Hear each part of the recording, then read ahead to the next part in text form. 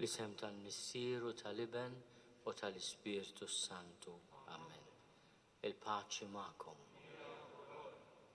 A warm welcome to all English-speaking guests tonight as we celebrate the solemnity of All Saints. Ħutijiew narfu ħtijietna biex nitħejjew tajjeb ħalli niċċelebraw il-misterja Quddiesa. Nistqar l-Alla li jista' kollox u lilkom ħuti li jien għadni b'ħafna bil-ħsieb, bil-kliem, bil-emil u billi ħallejt mirjieti. Tiegħi, bl-akbar tiegħi. Għalhekk nitlob li l-imqazza Marija dejjem Verġni, lill-Anġlu Qaddisin Kollha u lilkom ħuti biex titolbu għalija lill-Mulej Alla tagħna. Eħenna lina Alla li jista' kollox jafrinna dnubietna u jwassalna l-ħajja ta' dejjem.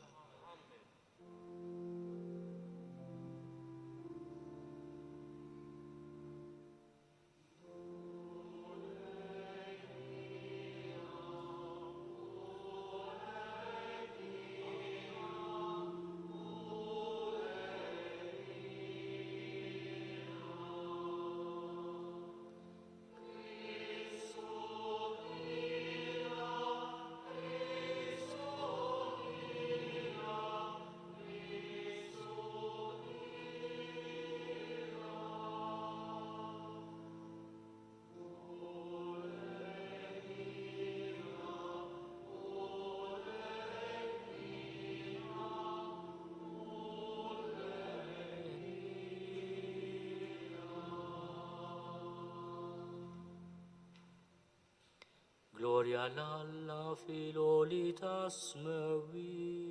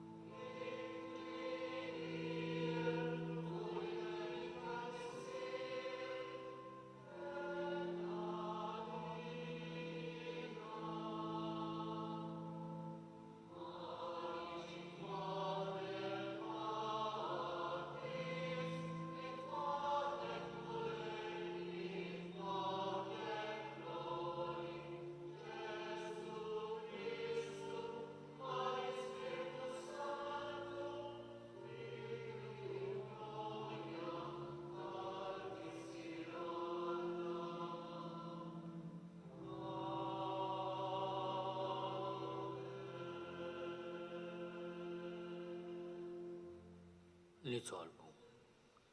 O Alla ta' dejjem li tista' kollox, bil-għenuna tiegħek qegħdin nagħmlu festa solenni biex nagħtu ġieħ lil qaddisin tiegħek kollha f'daqqa għall-merti tagħhom. Il-qattalb li tant qaddisin joffrulek għalina u xerret fuqna bil-kotra il-ħniena mixtieqa tiegħek. Bibnek Ġesu Kristu Sidna li hu Alla u miegħek jgħix u jsaltan fl-imkien mal-Ispirtu Santu għal dejjem ta' dejjem.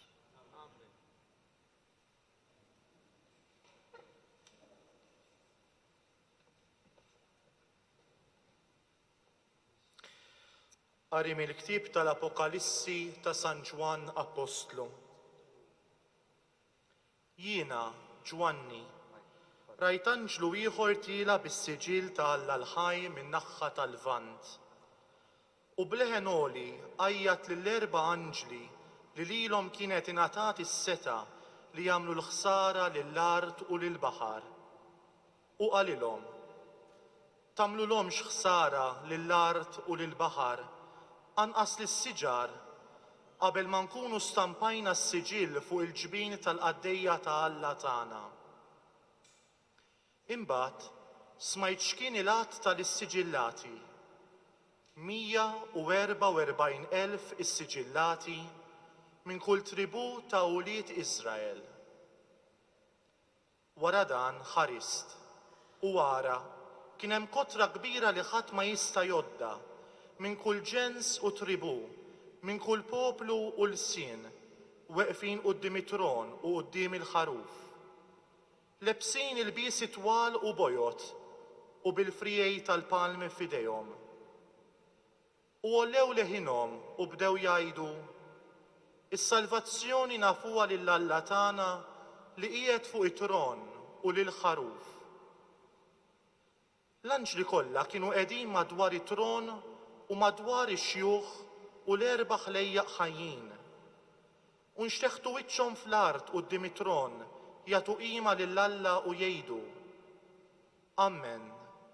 It-tifħir u l-glorja, il-erf, ir-rat ta' ħajr u l-ġieħ, il-qawwa u s-saħħa ta' Alla tagħna għal dejjem ta' dejjem. Amen.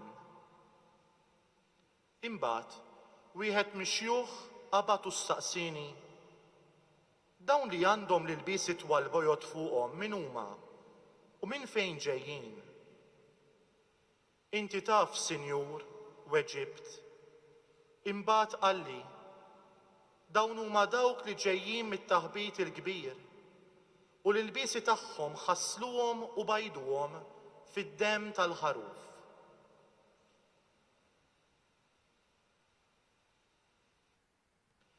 Il-kelma tal-mulej.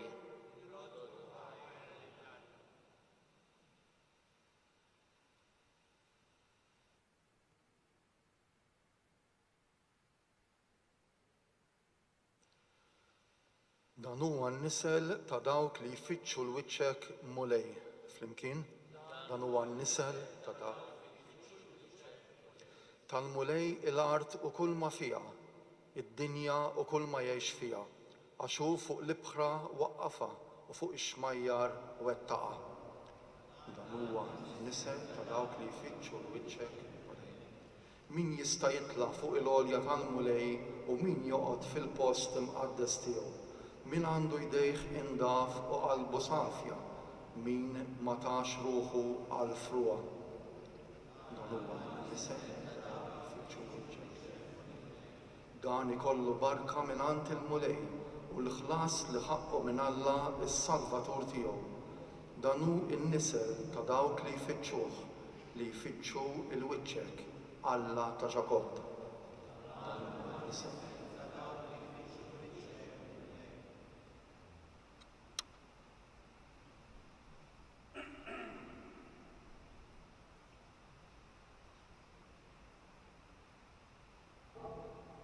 Qari mill-ewwel itla ta' San Ġwann Apostlu. Eżis, araw bliema mħabba ħabna l-missier. Nistgħu nissejħu uliet Alla u tassew aħna. Għalhekk id-dinja ma tarafniex għax ma rfitx lilu. Eżis, issa nafu li aħna uliet Alla, imma x'se nkunu l-qudiem m'hawnx muri lilna. Madankollu nafu li meta hu jidher aħna nkunu bħalu għax narawh kif inhu. Kull min għandu din it-tama fih isir safi bħalma safi huwa Kristu. Il-kelma tal-mulej.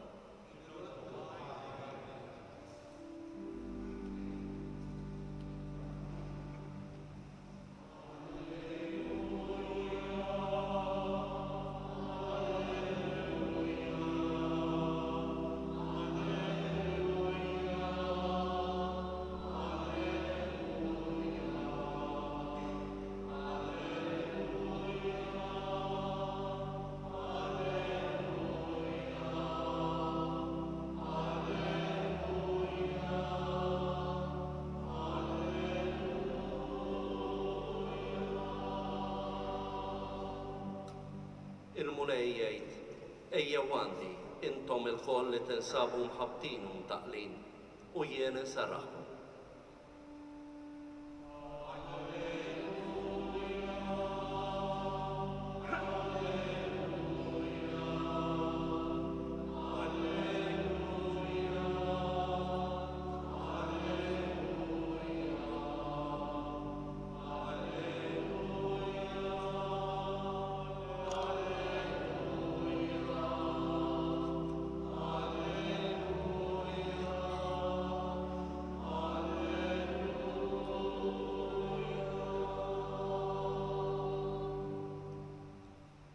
Il-mulej ma'kom.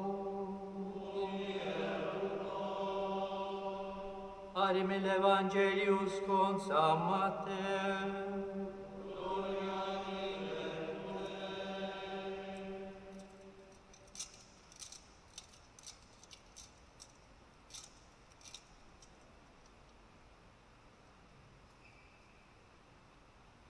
Dak iż-żmien, Ġesu kif ra l-folol tela fuq il-muntanja u wara li qad bil-qiegħda resqu lejh id-dixxikli tiegħu.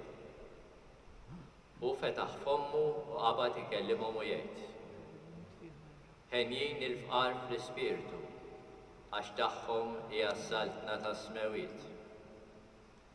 Ħenjin l-imnikta għax huma jkunu mfarġa. Ħenjin ta' qalbhom ħelwa għax huma jkollhom l-art bħala wirt. Ħenjin dawk li huma bil-ġuħ u l-għaġġ tal-ġustizzja għax huma jkunu mxebba. Ħenjin dawk li jħennu għax huma jsibu ħniena. Ħenjin dawk li huma safja f'qalbhom għax huma jaraw il-Alla. Ħenjin dawk li jġibu l-paċi għax huma jissejħu u li Alla. Ħenjin dawk li huma persegwitati mħabba fil-ġustizzja għax tagħhom hija s-saltna tas-smewiet. Ħenjin intom meta jgħajrukom u jippersegwitawkom u jgħidu kull deni fuqkom bil-gideb imħabba fija. Ifirħu tennew għax ħlaskom kbir fis-smewiet. Il-kelma tal-mulej.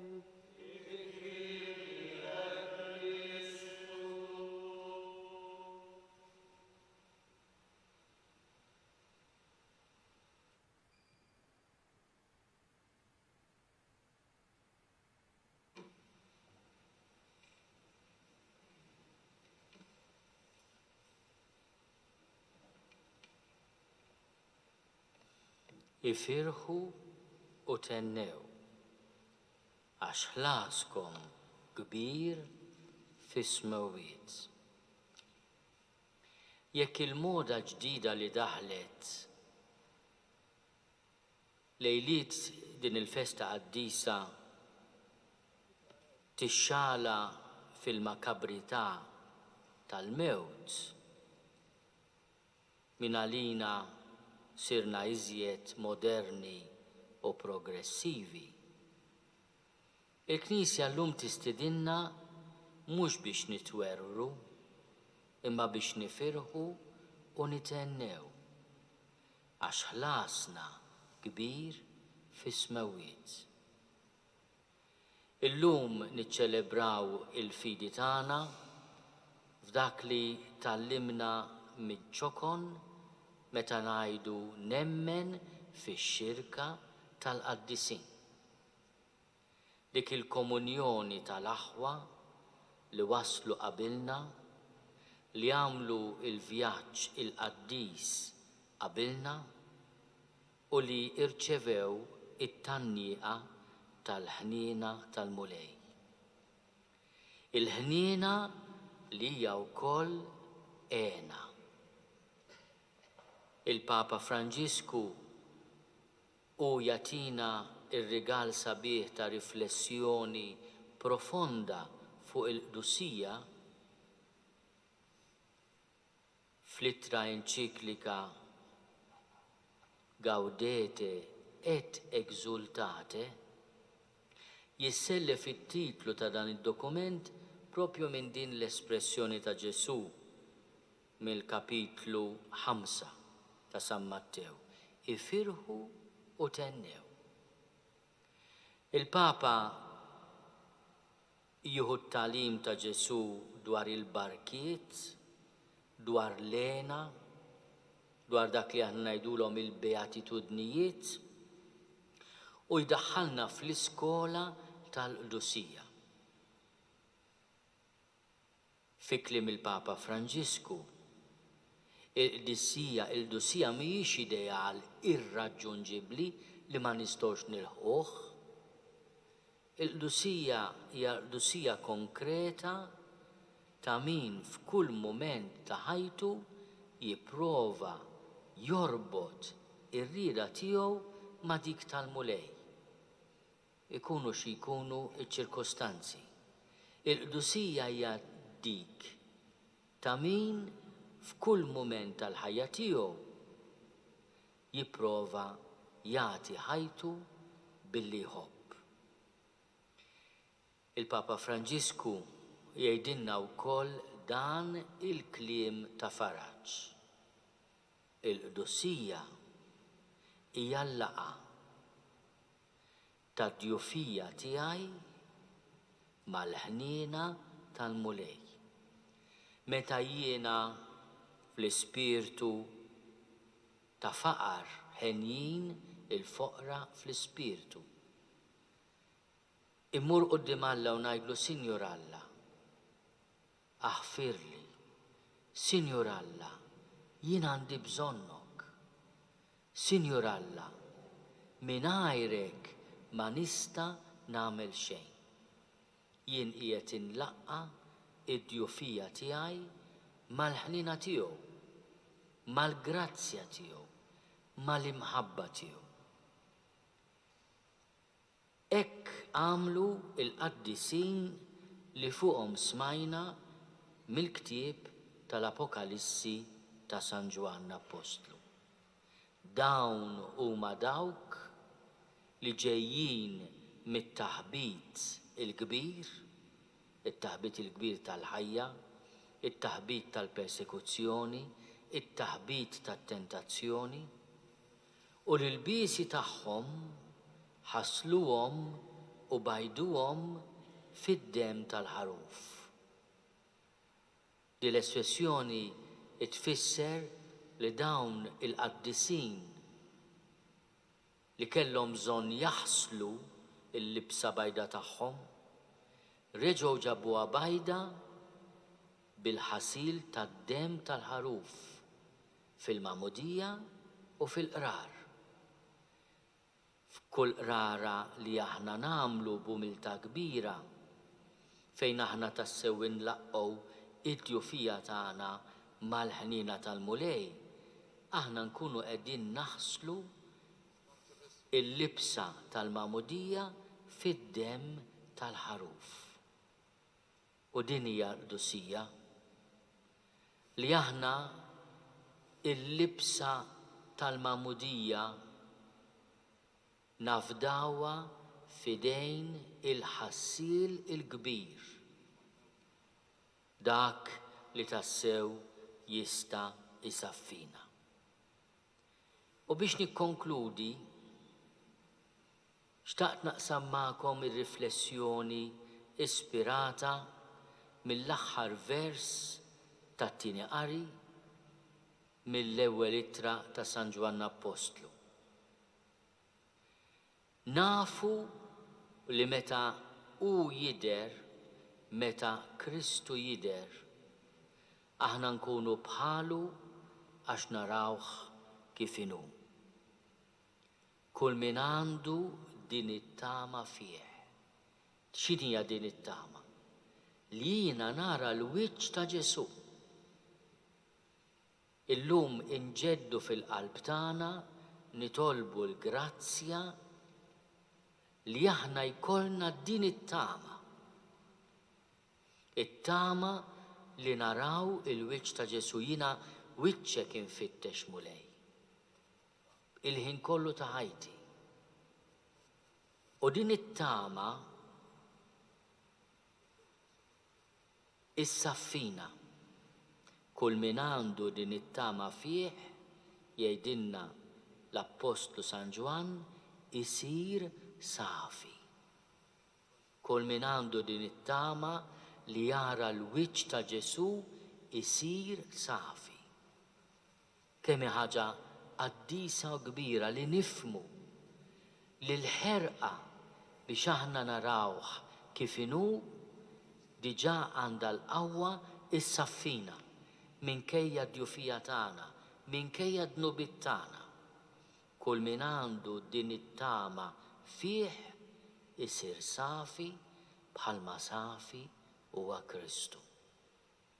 Jew nirringrazzjaw il-mulej tax-xirka tal-Qaddisin li jitlu għalina quddiem Alla huma għaddew mit-taħbit il-kbir u qegħdin jitħadnu bil-glorja tal-mulej, qegħdin jirċievu il-ħlas il-kbir fis-smewwiet, nitolbu li s-sem tagħhom ikun ukoll id-destin sabiħ tagħna.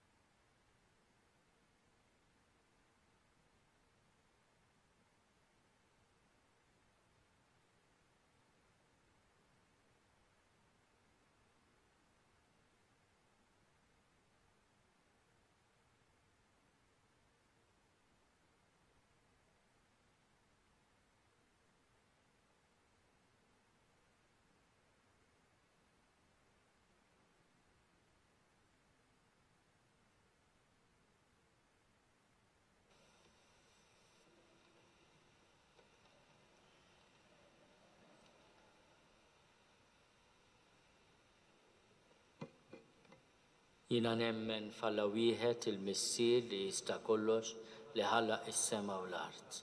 Dak kollu li jidher u dak li ma jidirx. U f'mulej wieħed Ġesu Kristu iben waħdini ta' Alla.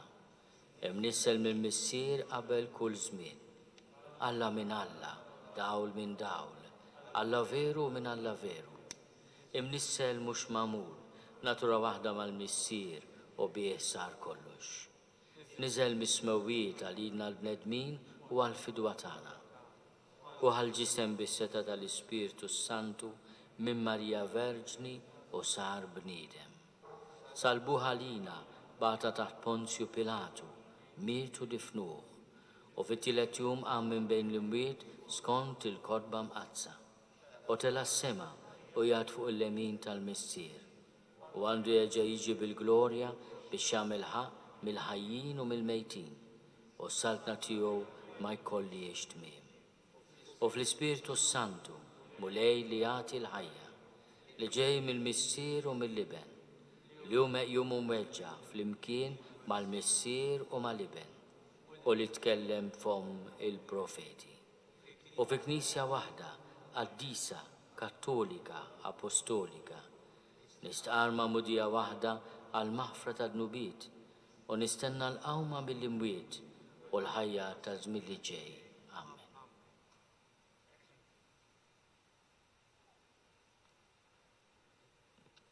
Ħuti eżis namlu kuraġġ fit-talb tagħna lill-Missier għax nafu li hemm kotra kbira ta' Qaddisin li tidħol għalina u għall-bnedmin kollha.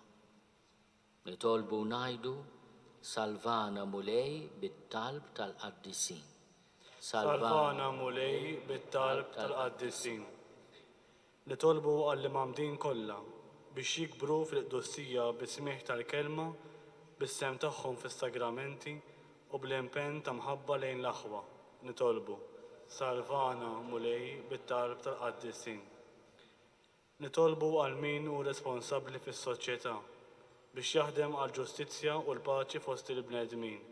Nitolbu. Salvana Mulej bit-talb tal-Qaddisin. Nitolbu għal min hu fqir u nieqes mill-ħobs ta' kuljum, għal min hu mnikket, għal min hu maħqur jew marid, għal min hu vittma ta' mibeda. Nitolbu. Salvana Mulej bit-talb tal-Qaddisin. Nitolbu għalina biex ngħixu bil-fedeltà l-ispirtu tad-diskors tal-muntanja, ħalli jistħoqilna nissejħu u nkunu wlied il-missier tas-sema. Nitolbu. Salvana Mulej bit-talb tal-Qaddisin. Missier inti waħdek Qaddis, għatina l-ispirtu tal-Quddiesija kif tajtu lill-ibnek Ġesu li joffra ħajtu għalina bħal ħaruf bla teba. Għamel minna u liet maħbubin tiegħek biex ngħixu fl-ispirtu tal-ġusti u l-ħnina kollha li llum qed igawdu miegħek fis-sema. Bi Kristu Sidna.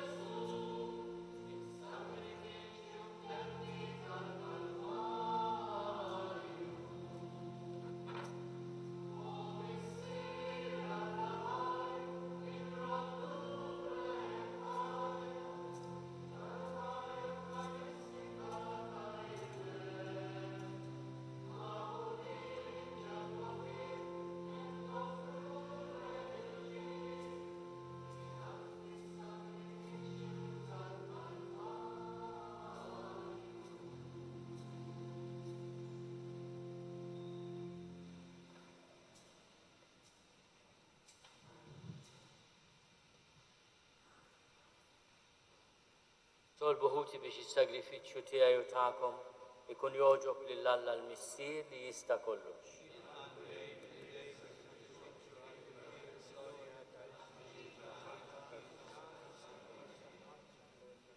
Aħna nemmnu Mulej li l-Qaddisin tiegħek diġà qegħdin isaltnu miegħek għal dejjem fis-sema. Il-qadin l-offerta li qegħdin nagħmlulek għal ġieħ tagħhom u għamel li aħna nħossu l-għajnuna tat-talb li huma jresqu quddiemek għas-salvazzjoni tagħna bi Kristu Sidna. Il-Mulej magħkom. Nerfgħu qlubna l fuq. Niżuħali l-Mulej Alla tagħna. Sewwa u xieraq tas-sew mulej missier qaddis, Alla ta' dejjem li tista' kollox. Tajjeb u taġi tas-salvazzjoni tagħna li dejjem u kullimkien inrodulek ħajr. Inti llum qiegħed tagħtina li nuru l-ferħ tagħna għall-belt qaddisa tiegħek, Ġerusalemm tas-sema li jomna, fejn ħafna minn ħutna diġà jinsabu madwarek biex ifaħruk għal dejjem. Għalkemm għadna l-bot, aħna wkoll qegħdin inħaffu leha bil-fidi, ferħanin bil-glorja tal-membri l-kbar tal-Knisja li int tajtomna b'eżempju għalina u bajnuna fin-nuqqas ta' ħila tagħna. Għalhekk flimkien magħhom u mal-qtajja tal-anġli aħna nfaħru l-kobor tiegħek u bil-ferħ kollu intennulek.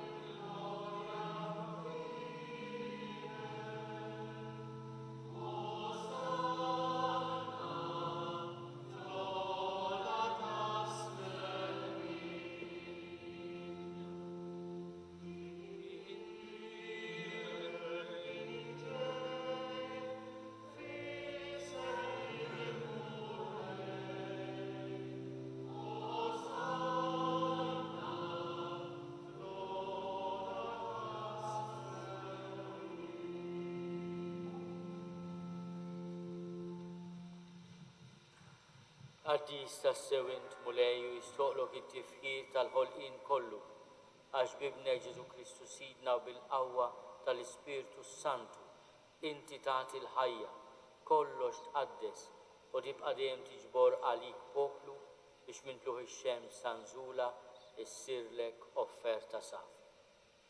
Għalhekk mulej ġenna quddiemek dawn l-offerti biex ikunu konsagrati lilek, minn ċokoltana nitolbuk qaddishom l-Ispirtu tiegħek biex isiru l-ġisem u d-dem ta' ibnek Ġesu Kristu sidna li bik-mandament tiegħu qegħdin niċċelebraw dan il-misteru. Għaxu fil-lejli fih ingħata għalina bħal ħobż, radlek il-ħajr, birek, qasam, tali disċipli tiegħu u qal, ħudu u kulu l-koll minn dan, għax dan huwa ġismi li jingħata għalikom.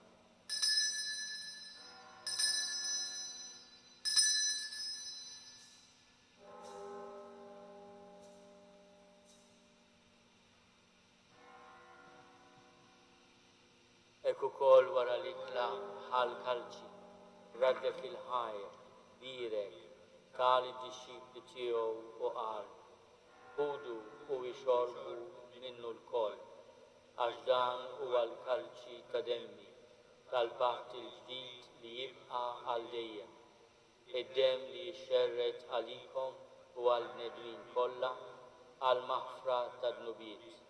Għamlu dan tifkira tiegħek.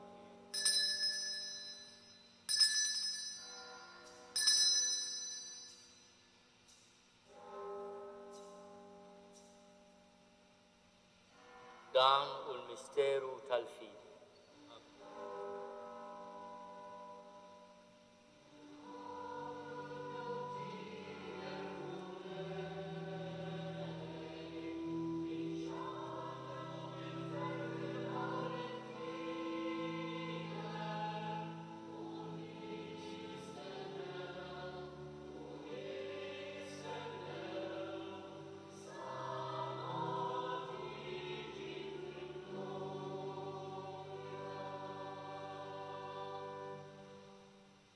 Għalhekk mulej aħna u nagħmlu dan tifkira tal-passjoni li biha ibnek fdina, tal-qawmin u tluh glorjus tiegħu fis-sema. Aħna li qegħdin nistennew u nittamaw it-tieni miġja tiegħu, brat il-ħaj nofrulek dan is-sagrifiċċju ħaj u qaddis. ħares nitolbu lejn l-offerta tal-Knisja tiegħek. Ara fiha l-vittma li bis-sagrifiċċju tagħha rid terġa' tħabbibna miegħek. Għamel li aħna li se nissaħħu bil-ġisem u d-dem ta' ibnek, nimtlew bl-Ispirtu Qaddis tiegħu u nkunu ġisem wieħed u ruħ waħda fi Kristu.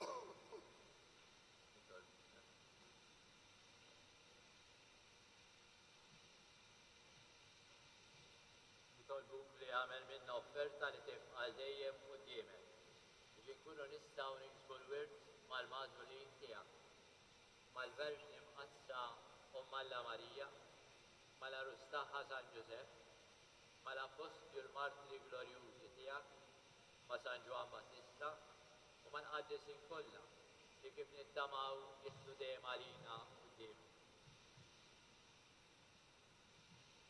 Għamel nitolbu mulej li din il-vittma li terġa' tħabbibna miegħek tkun taslim u salvazzjoni għad-dinja kollha. Wettaq fil-fidi u fl-imħabba l-Knisja tiegħek tul il-mixna tagħha fid-dinja. Il-qaddej tiegħek il-Papa Franċisku, l-Isqof tagħna Charles, l-Isqof Joseph li qed jgħinu, l-Isfijiet u l-Ministri kollha tiegħek u l-poplu kollu li inti ksibt għalik. Ilqa bit-tieba t-talb u x-xewqat ta' din il-familja li inti ridta tinġabar madwarek. Għader missier ħanin lill-uliedek kollha kull fejn jinsabu u għaqqadhom miegħek fil-koll. Ħenna l-ħufna mejtin u għal dawk kollha li ħallew din il-ħajja fis-sewwa tiegħek, daħħalhom fis-saltna tiegħek fejn ittamaw li aħna wkoll qed naslu biex il-koll flimkien nitaxku għal dejjem is-sebt tiegħek bi Kristu Sidna li bih inti tfawwar id-dinja kull ġid. Bi Kristu ma' Kristu fi Kristu, jingħata lilek Alla Missier li tista' kollox, flimkien mal-Ispirtu Santu, kull ġieħu glorja għal dejjem ta' dejjem. Ejjew nitolbu kif għallimna u ridna nagħmlu li bent Alla Ġesu għas-salvazzjoni tagħna. Missierna li inti fis-smawiet jitqaddis ismek, tiġi saltnatek, ikun li tridin kif is-sema edda fl-art. Obżna ta' kuljum għatina llum, aħfrilna d-nubietna bħalma naħfru lil minu ħati għalina.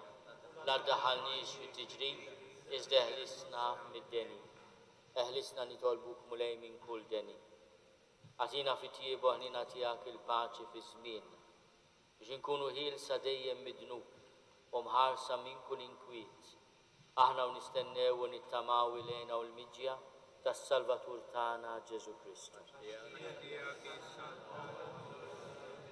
Mulej Ġesu Kristu li għaħt l-apostli tiegħek, inħallilkom is-slim, nagħtikom is-slim tiegħi. La tħares lejn dnubietna, iżda ħares lejn il-fidi tal-Knisja tiegħek. Għatija slimu l-għaqda li intri fiha, inti tgħixu s-saltan għal dejjem ta' dejjem. Il-paċi tal-mulej tkun dejjem magħkom. Għatu l-paċi lil xulxin.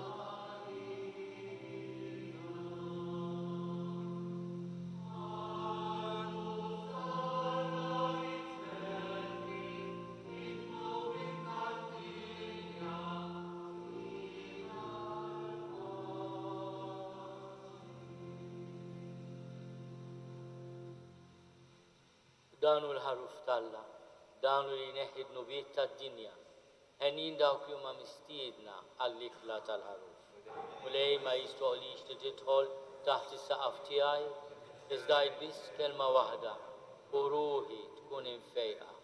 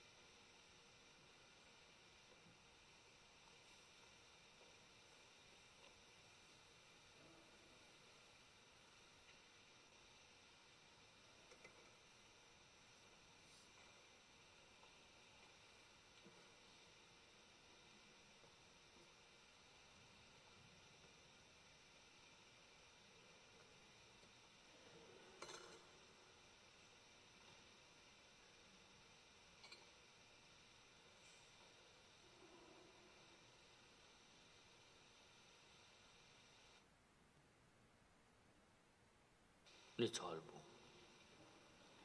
Aħna naduraw Kollha fost il-Qaddisin kollha tiegħek, inti tassew tal-aġeb u waħdek il-Qaddis. Għatina l-grazzja li niksbu qudusija sħiħa fil-milja ta' mħabbtek, biex minn din il-mejda mħejja lina pellegrini fuq l-art, ngħaddu għal-festa tas-sema pajjiżna bi Kristu sidna.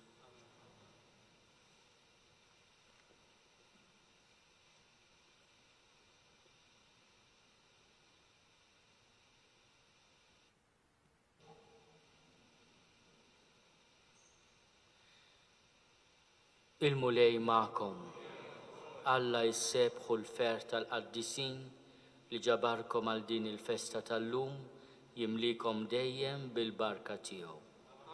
Bit-talb tal-Qaddisin jeħliskom minn kull deni u jqawwikom bl-eżempji tajba tagħhom biex tgħaddu ħajja taqdu l-Alla u l-proxmu. Jilqgħukom mal-Qaddisin fil-għena tas-sema fejn il-Knisja mqazza tifraħ u tgawdi bil-għaqda ta' wlieda fis-sliem ta' dejjem. U jberikkom Alla li jista' kollox, il-Missier u l-Iben u l-Ispirtu Santu. Morru fil-paċi ta' Kristu.